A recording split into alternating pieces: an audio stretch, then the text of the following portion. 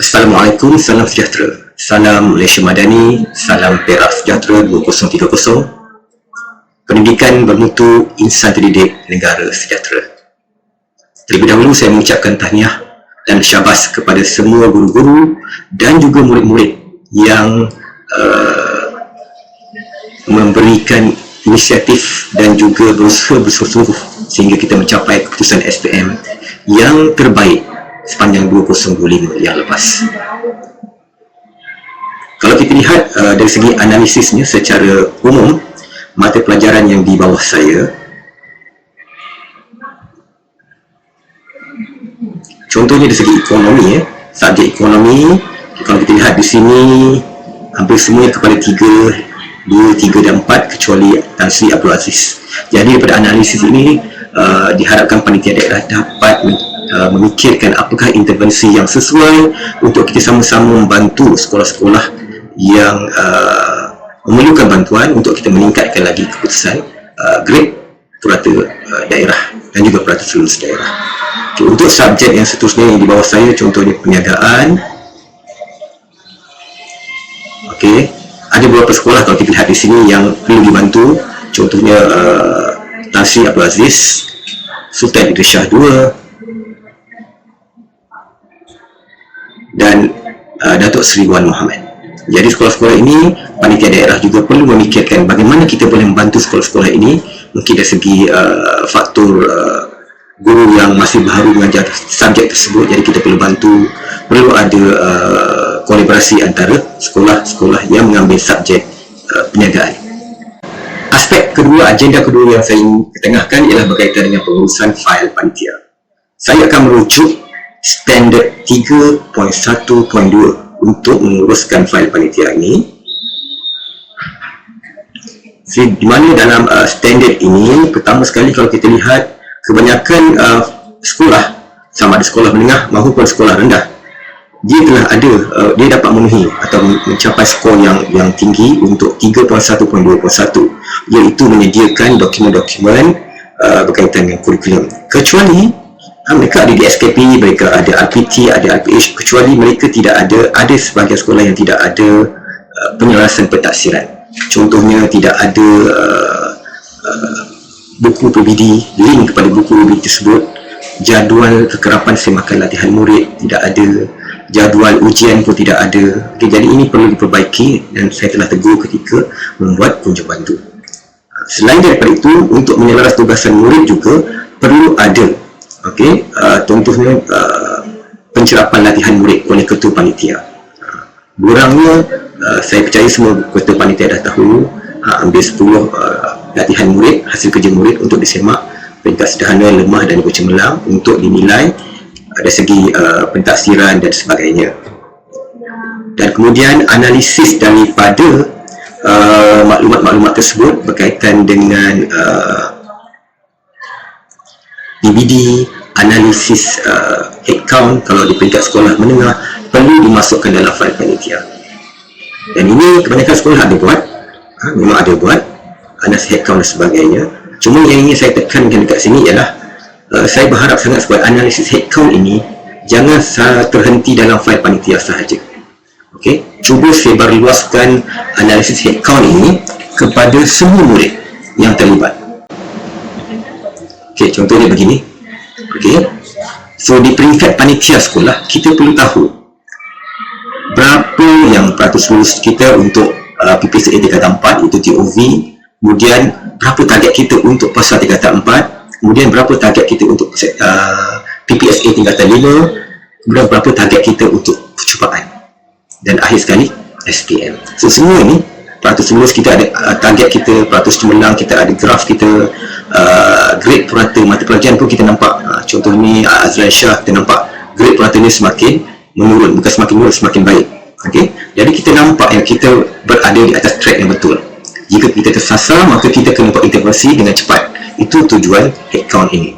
Seterusnya, aspek 3.1.2 iaitu berkaitan dengan program peningkatan kualiti pengajaran guru. Dan ini adalah program-program yang kebiasaannya di peringkat sekolah jarang dibuat. Bila saya lihat mintakan apakah perancangan cikgu, tidak ada perancangan. Jadi cikgu perlu, ketua-ketua panitia perlu merancang apakah program-program PLC, ladap dan sebagainya untuk sepanjang tahun untuk guru-guru dari segi peningkatan kemahiran, apa yang mereka perlu tambah baik, tambah dari segi pengetahuan dan sebagainya.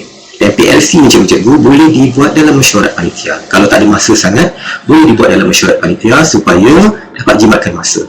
Dan jangan lupa ambil gambar, buat OPR. Itu adalah evidence bila saya datang ataupun bila JPN datang. Okay. Dalam OPR itu dah lengkap, dah ada semua, ada refleksi, ada penambahbaikan, ada tindak susul seterusnya. Okay. Itu satu. Di samping itu saya juga ingin selit sedikit untuk PLC cikgu boleh buat pelbagai kaedah PLC. Kita ada teacher sharing session, kita ada video kritik, kita ada learning work, boleh pelbagaikan kaedah PLC. Itu hasil dapatan Nazir yang ke PPD baru-baru ini. Dia suruh kita pelbagaikan kaedah PLC. Dan satu lagi, cikgu boleh juga share amalan-amalan baik ataupun kajian tindakan yang cikgu buat. Kajian tindakan yang cikgu buat. Sebagai contoh, saya belum buat lagi kajian tindakan, tapi saya pergi ke College Vocational Creek. Seorang cikgu ada bermasalah dari segi untuk mengajar budak-budak, murid berkaitan dengan bagaimana nak baca plan rumah. Murid tak boleh baca plan rumah. Okey, dan mereka tak faham di mana kedudukan besi dia, di mana kedudukan simen konkritnya, sebagainya. Jadi kajian tindakan yang cikgu tu boleh buat, saya cadangkan. Kenapa tidak buatkan video yang boleh berputar supaya budak boleh nampak dari bentuk 3D, dia boleh nampak pandangan atas, boleh nampak pandangan hadapan, boleh nampak pandangan sisi menggunakan Google SketchUp contohnya lah, kan? Jadi dengan cara itu budak boleh memahami, insya-Allah. So kajian tindakan ni amat penting kerana banyak guru-guru yang pengalaman yang telah mengajar subjek-subjek ini, tetapi ilmu-ilmu mereka itu, tips mereka itu hanya daripada mereka sahaja. Jadi sepatutnya mereka boleh kongsikan tips-tips itu, formula-formula yang mereka reka sendiri dengan guru-guru baru yang baru mengajar. Okay, itu yang saya suggest lah, cadangkan kepada panitia daerah. Mungkin dalam setiap mesyuarat panitia kita kongsikan satu amalan baik yang ada di kalangan guru-guru yang berpengalaman ini supaya dapat diambil, diguna pakai oleh cikgu-cikgu lain. Okay, begitu juga untuk 3.1.2.3 iaitu berkaitan dengan murid. Perlu ada program-program yang di luar daripada PDPC untuk mengukuhkan kemahiran mereka, untuk mengukuhkan pemahaman mereka berkaitan apa yang mereka pelajari di dalam kelas. Okay. Buatlah apa-apa program, contohnya robotik ke, PBL ke, okay, dan nyatakan sama seperti sebelum ini, ambil gambar, buat OPR, buat refleksi, buat tindak susul dan sebagainya. Okay.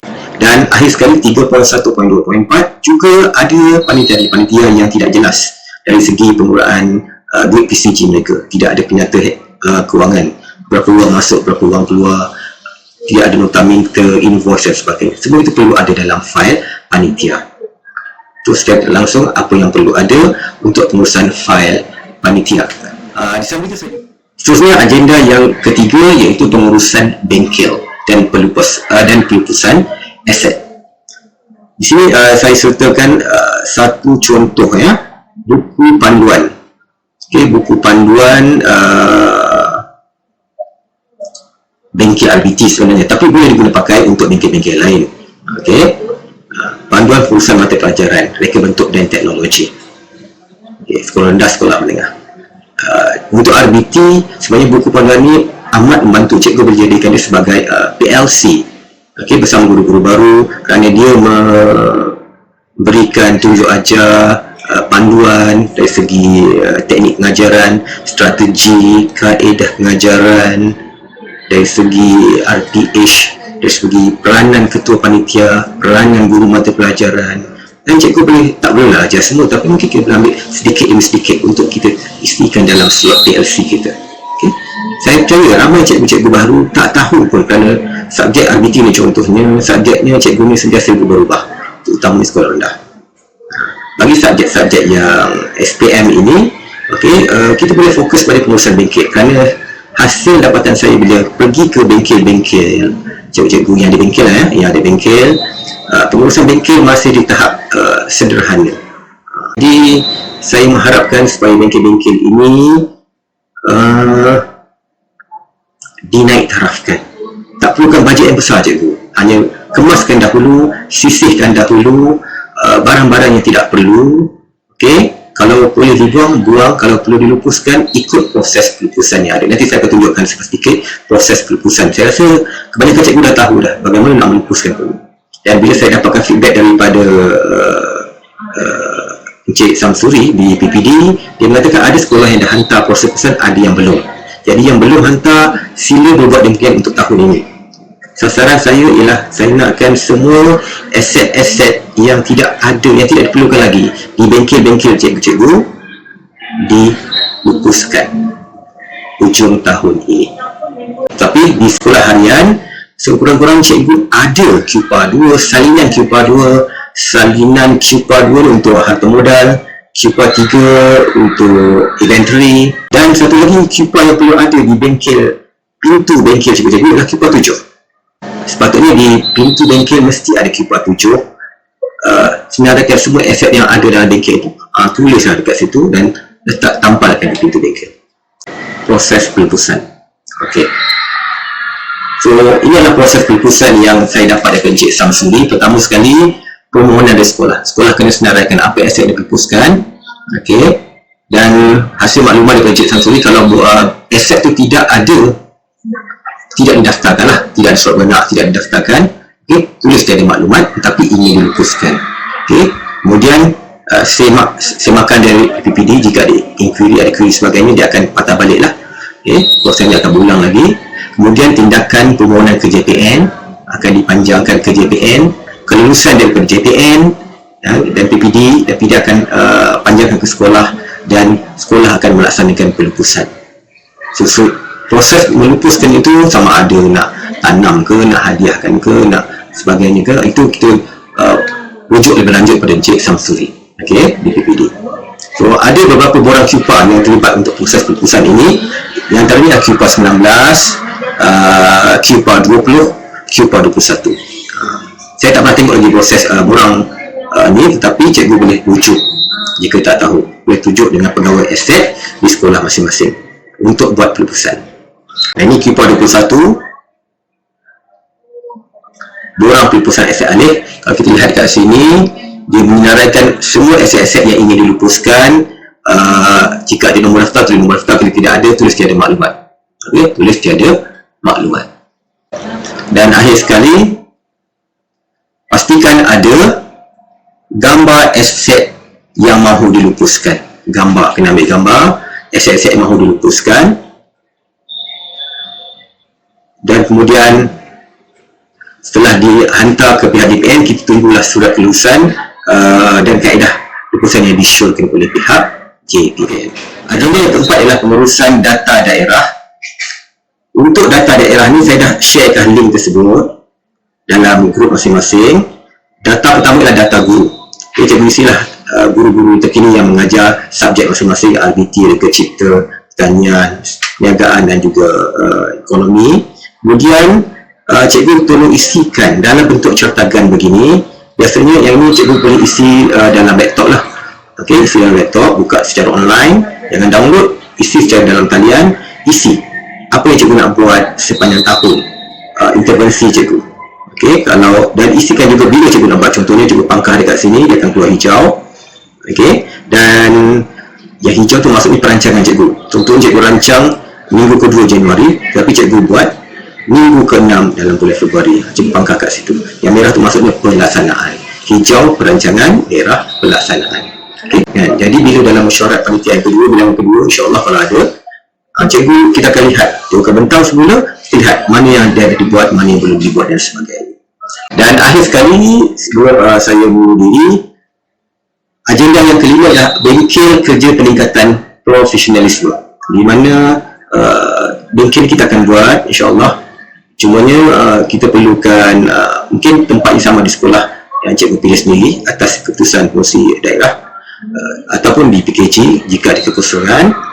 Kita akan buatkan bengkel ini pertamanya untuk kita buat intervensi daripada keputusan SPM, analisis SPM 2025, apakah analisis intervensi yang kita buat. Kemudian kita boleh buat teknik perskoran jika ada perubahan teknik perskoran yang boleh dikongsi berdasarkan mana-mana cikgu yang berpengalaman. Dan kemudian kita boleh buat moderasi seperti kita buat pada tahun lepas, moderasi untuk PPHCA tingkatan 5. Yang itu saya nampak sangat-sangat membantu kerana ketika cikgu buat moderasi tersebut, pengurusi daerah atau cikgu yang berpengalaman dia boleh kongsikan, okey, ini boleh dapat markah, ini tak boleh dapat markah, ini boleh dan sebagainya. So, itu sangat-sangat membantu untuk cikgu, dan cikgu boleh kongsikan dengan murid-murid mana yang perlu. So, itu sahaja daripada saya. Diharapkan keputusan ini dapat sebanyak membangkitkan semangat cikgu untuk kita sama-sama menaikkan lagi keputusan SPM 2026.